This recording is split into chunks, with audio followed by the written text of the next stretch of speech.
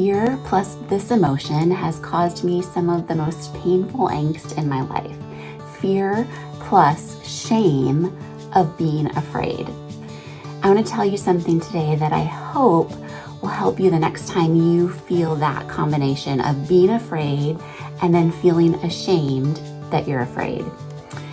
Sometimes we think because the Bible tells us 365 times to do not be afraid, that when we are afraid, there's something wrong with us.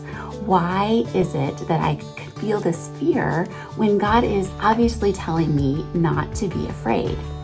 But here's the thing that I want you to remember. You don't have to feel ashamed of your fear. When you read those words, do not be afraid, or anytime the Bible says something about fear, think about the tone in which those words are being read in your mind. So it's something like this. I could yell for my daughter Audrey, right? And I could say, Audrey, get in here.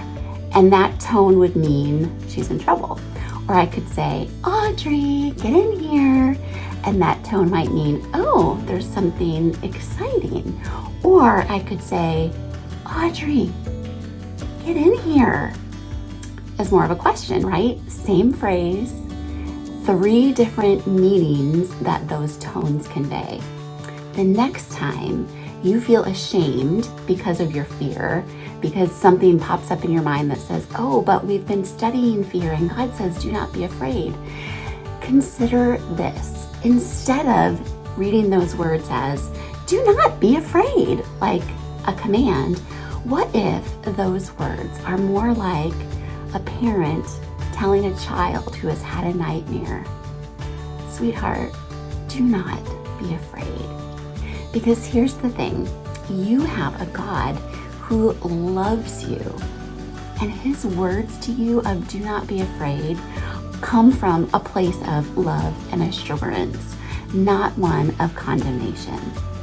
So when you feel afraid, think about God telling you, do not be afraid, in the most loving, kind, reassuring way, so that when you have fear and shame pops up, you can remind yourself that there is nothing to be ashamed of.